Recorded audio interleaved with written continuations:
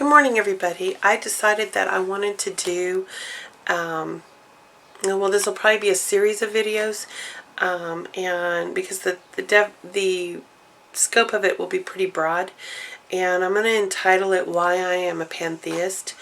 And part of what I'm doing is literally going through an introspection of myself and what I personally believe, and also what the origins of pantheism is, and how it also relates to psychology and astrology as well, and also in the performance of a Western view of magic, and this would be high magic or ceremonial magic. Pantheism is a belief that the universe, or nature as the totality of everything, is identical with the divinity, or everything composes an all-encompassing immanent God. Pantheists thus do not believe in a distinct personal or anthropomorphic God.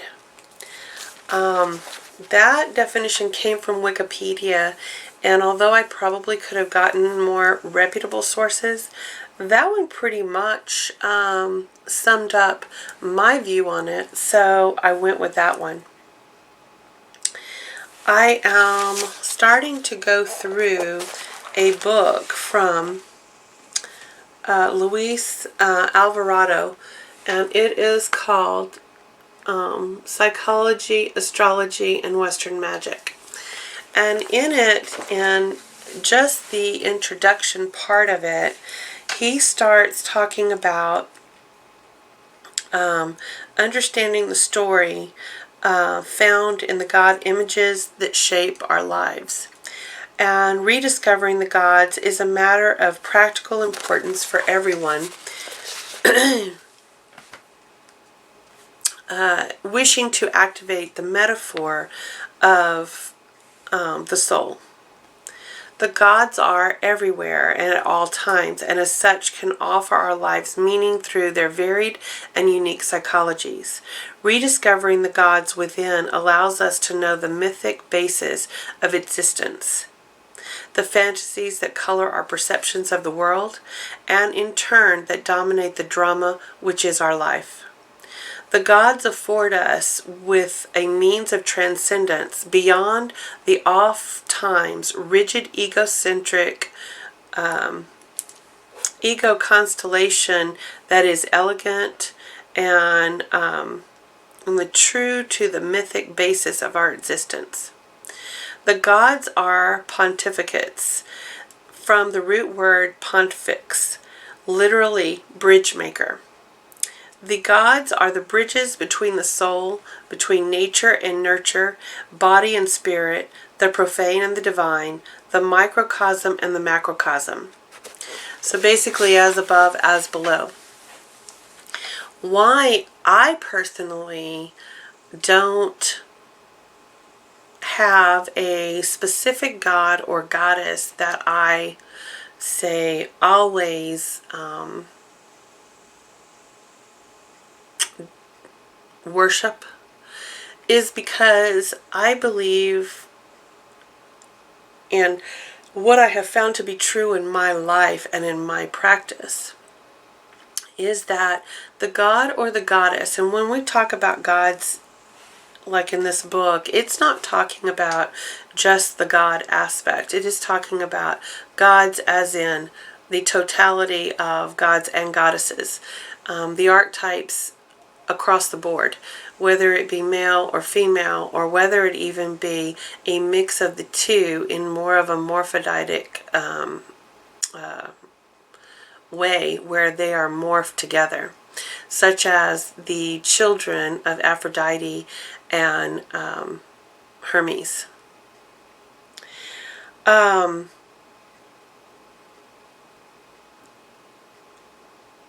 What I have found is that I do have some dominant goddesses in my life. And this book kind of explains how you can have a dominance of maybe one or two particular gods or goddesses in your work and what you tend to, your go-to gods and goddesses that you work with.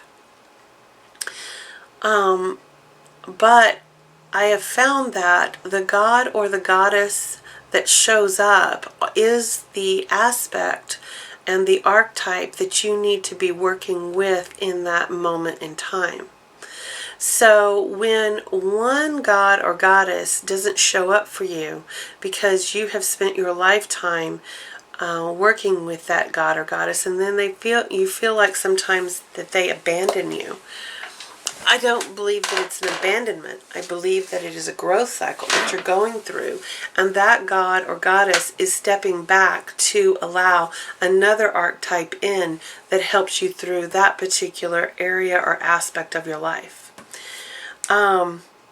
That's why I don't have a particular setup for even the ones that I work with on a more regular basis. I do have them. They're always around me because I use their images to always call forth certain aspects in myself. So around my altar, I may have multiple gods and goddesses represented. And the way I use that is that those are the predominant archetypes that are working through my life. They are, as we are all born into this life and this world, our personalities have specific archetypes that are always going to be walking with us throughout our existence. Those are your ones that you may have, in my case, an Hecate altar. She is a predominant force in my life. She is a predominant archetype that has walked with me from the beginning of time. But when Ashel walked into my life, it was the goddess energy that she represented, which was basically a deviation off of the Hecate archetype, still very strong in, very, very similar in personality and in lessons to be learned and worked with. So the energies were very similar, but yet they were distinctly different, and that was an energy that I needed to walk through my life with me as well. So she now holds a level with Hecate in the importance of what I need to work through in my life. Other gods and goddesses have come and gone. If I am trying to look towards a self-love type of energy, I'm going to call on a more gentler goddess such as Aphrodite. Although Aphrodite can be extremely strong and extremely willed, I will look to her softer energy to allow in some self-love, some self-pampering. And I'll call her forth to do a particular kind of work that I may not call in my wisdom of the crone. The gods work in similar fashion. The reason that specific gods have not necessarily stepped forward in my life is because I'm of the feminine, even though everybody has a mixture of masculine and feminine running through them. I do have a particular god image that has worked with me and worked with every particular goddess that I have worked with. However, I have not pulled specifics out as often as I have in the feminine. To me, I guess, being female, that there were certain aspects that I was always having to call forth to bring in my feminine, and the fact that there were so many God images out there in the general public that were always screaming for the attention, because we've come from a patriarchal patriarchal society right now, so the God images were always there and prevalent. It was the divine feminine that had been neglected for so long, and I think that's why I also tend to work with a lot of goddesses right now to restore the balance that the patriarchal male influence has had in my life. I need to balance that back out with the feminine. So this is some of the reasons why I am a pantheist. I believe that I need to work with any archetype that I need to at any given time to bring forth what I need to grow and nurture myself. It's whatever needs to bridge that gap between the soul and going back out and from where we came.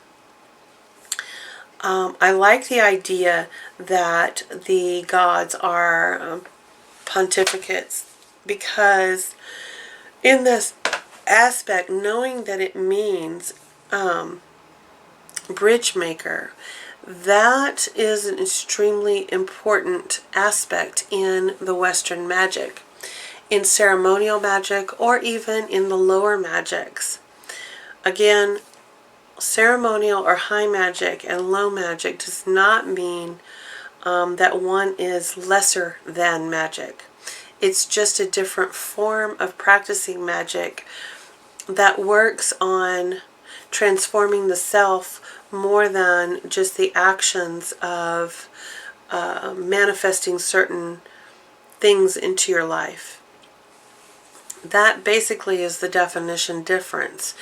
A person who works high magic can definitely also and does work low magic.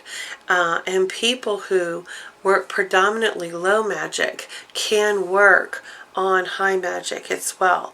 There is always a transformation of the self whenever you're letting the energies run through you. So it's not that, like I said, I don't want to, it sounds like high magic is a more stuck-up form of magic. It's not. It's a more self-involved magic for transformation of the personality, the soul, and purifying that individual to transcend certain things. Whereas low magic is the everyday practice of anything and everything that you do. So they both have their place, and they're both in my practice, they're both equally important. I don't know where they at one point would say high magic or low magic, but I would think that it would be something to do with the more earthly workings versus the ability to try to go higher into the levels. It's got to go back to working the tree again, in the tree of life in the Kabbalah.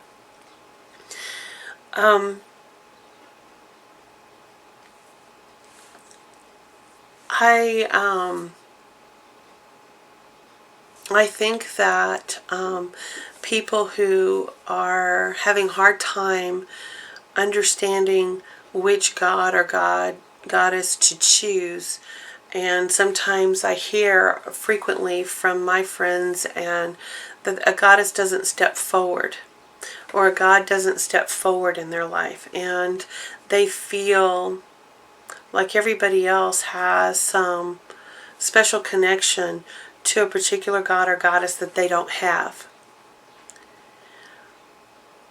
If you are in a situation like that where you are wanting to call forth a particular god or goddess, you're wanting a god or goddess to step forward in your life and to be your matron or patron deity, my suggestion would be to read up on a lot of different type gods and goddesses from a lot of different type cultures. Find the culture that you resonate with, and sometimes it has nothing to do with the culture that you're actually from, that will start to resonate with you. Then I would probably go for understanding what kind of personality issues or magic work that you wanted to perform.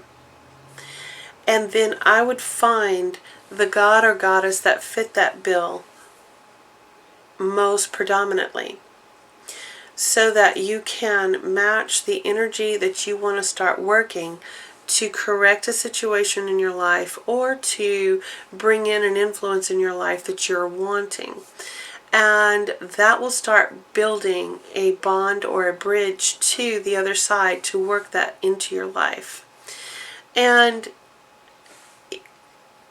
you can start out with that god or goddess that you're working with, but if down the road you start working in a different area of your life, you start wanting to manifest different type things in your life, and another god or goddess works into your life it would work better to bring that influence in, then I think that you should switch and start working with that particular god or goddess that now fits what you are actually going for.